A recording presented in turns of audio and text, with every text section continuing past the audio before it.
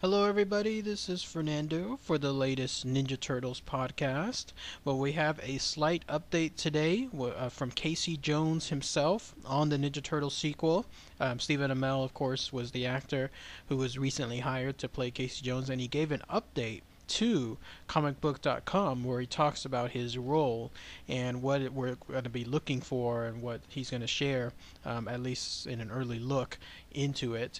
First off, he wanted to talk about the obvious elephant in the room, and that is the fact, was he hired as Casey Jones pretty much because his Arrow character, Oliver Queen, is essentially the same thing? And he says yes and no. He says obviously they're going to be both vigilantes, but this one is going to be a different form of filming. He says that anything involving a big feature film is really different than filming a television show, and that we're going to have to trust him when he says that this Casey Jones is going to be different from his Oliver Queen.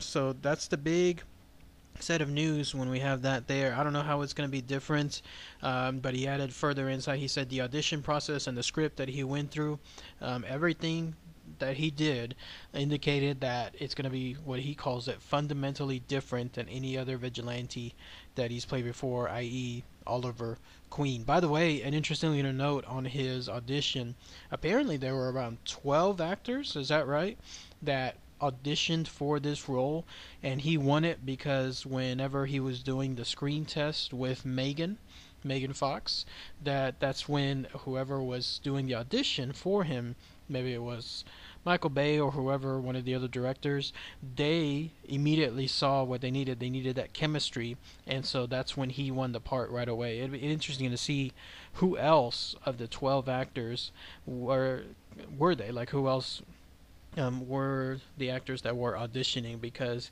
who knows, maybe something could have been really, really good as far as a passed up choice, or we could have had a huge save by having this guy hired instead of others.